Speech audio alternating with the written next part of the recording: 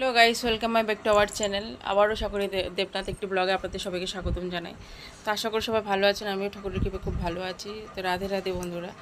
তো দুপুরের মেনু যেটা কালকে ব্লগ দিয়েছি আপনাদেরকে, সকালে ব্রেকফাস্ট করার পরে দুপুরের মেনুটা আমি আপনাদেরকে দেখাইনি। তো চলো গাইস, দুপুরের মেনুটা আমরা দেখে আসি। তো চলো দেখতে থাকো। সকালের ব্রেকফাস্ট শেষ করে এবার তৈরি করে নিয়েছি দুপুরের মেনু। এই যে এগুলো কচুর পোহা, আপনাদেরকে তো কালকের ওই ভিডিও ক্লিপটাতে বলেছি, যেহেতু সেটা এখনের ব্লগটার সাথে অ্যাড করা থাকবে। সেই পোহাগুলো আপনারা কি বলেন জানি না, কমেন্ট করে জানাবেন আপনারা কে কি বলেন এটাকে। সেই পোহাগুলো কেটে কুটে নিয়েছি।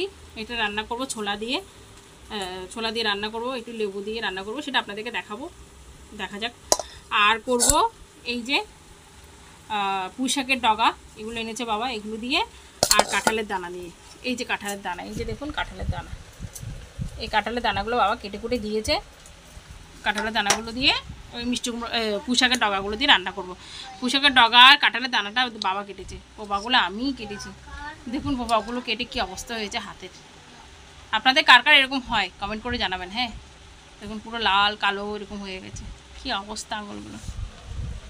তো চলুন বন্ধুরা, একবারে ওভেনের ধারে গিয়ে, মানে গ্যাসের কাছে গিয়ে আপনাদের, আমার কিচেনের ওখানে গিয়ে আপনাদেরকে আমি দেখাচ্ছি কীভাবে রান্না করছি না করছি। তো চলে এসছে আমি কিচেনে।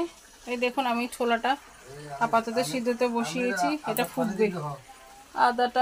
আদা কি আমি ইয়ে করছি, মানে ছোলাটা আগে সিদ্ধ হবে, নরম হবে, সিদ্ধ হওয়ার পরে তারপর এতে ওই পোপাগুলো দেবো, ধুইয়ে পোপাগুলো এখানে দিয়ে দেবো।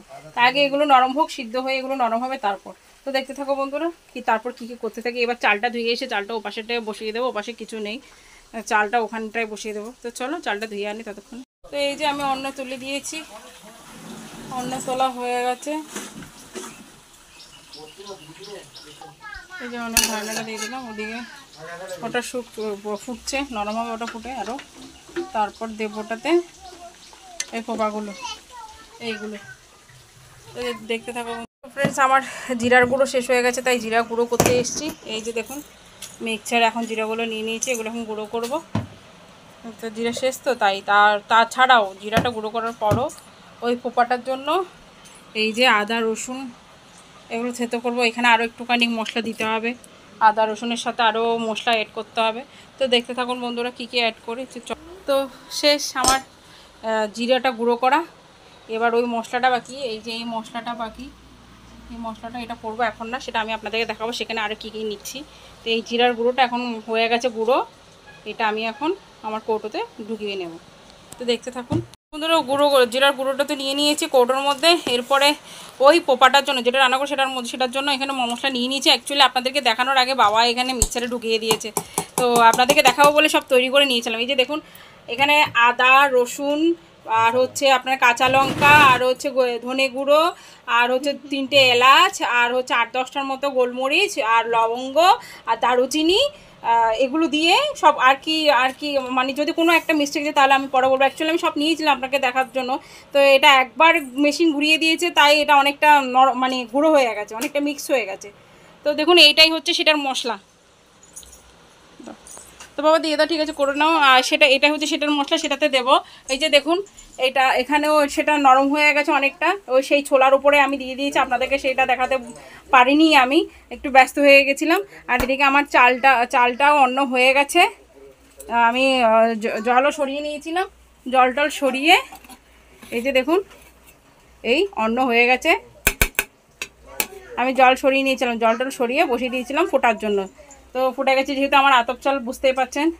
তো এই হচ্ছে আমার পোপাটা, মানে কচুর পোপাটা, মানে আমরা বলি পোপা, আপনারা কী বলেন জানি না। কচুর ডিকো বলে অনেকে, আমি কচুর ডিকো বলছি, আপনাদেরকে জানি না, আপনারা আপনাদেরটার মতো ভেবে রাখবেন। তাই ধুয়ে সব ওই ছোলার উপরে বসিয়ে দিয়েছি। এখন এটা নরম হবে, পুরোটা গলে যাবে, গলে যাওয়ার পরে ওই মশলাপাতিগুলো দিয়ে ফোড়নে শুকনো লঙ্কা দিয়ে তারপরে এটা তেলে দিয়ে দেবো। তো দেখতে থাকুন, সেটা আমি আপনাদেরকে দেখাবো। তো গাইস দুপুরের মেনুটা অবধি আর রেসিপিটা অবধি আর টানতে পারলাম না, অনেকটা লম্বা হয়ে যাচ্ছে ব্লগটা। তো সেই কারণে রেসিপিটা দেখতে গেলে আপনাদেরকে আবার নেক্সট আরেকটা ব্লগের জন্য ওয়েট করতে হবে। তো চলো গাইস, নেক্সট ব্লগে আপনারা দেখতে পারবেন আমার মেনুর রেসিপিগুলো যা যা হচ্ছে। আপনারা তো দেখতেই পেয়েছেন মেনুতে কী কী রান্না হচ্ছে। তো সেই রেসিপিগুলো দেখার জন্য আপনারা নেক্সট ব্লগের জন্য ওয়েট করুন। ততক্ষণ পর্যন্ত সাবধানে থাকবেন, ভালো থাকবেন, সুস্থ থাকবেন। আর আমার পেজটাকে একটু ফলো করে দেবেন, লাইক কমেন্ট শেয়ার করে দেবেন, আমার ইউটিউব চ্যানেলটাকে সাবস্ক্রাইব করে দেবেন। তো চলো গাইস, নেক্সট ব্লগের জন্য ওয়েট করি। আর কমেন্ট করে জানাবেন কারা কারা নেক্সট ব্লগটা দেখতে চাইছেন, রেসিপিটা দেখতে চাইছেন। আমার মতো করে আমি যেভাবে রান্না করি, আমি কোনো রেসিপি না, আমি কোনো রান্নার এতটা কোনো মাস্টার না, বা রান্নার কোনো এত একটা ভালো দক্ষ পারি তাও না। আমি আমার নিজের মতো করে নিজের আবেগ দিয়ে মানে আদর ভালোবাসা দিয়ে যেটুকু পারি ওভাবে করে রান্না করি।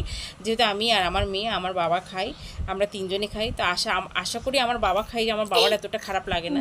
তো ভালো লাগার মতো, কিছুটা হলেও ভালো লাগার মতো করে আমরা রান্না করি। তো ততক্ষণ পর্যন্ত আপনারা ওয়েট করুন নেক্সট ব্লগটার জন্য, রেসিপিটার জন্য। তো চলো গাইস, কমেন্ট করে জানাবেন কারা কারা ব্লগটা দেখতে চান। তো আজকের মতো এখানে বিদায় নিচ্ছি। Tata, bye bye, Radhe Radhe.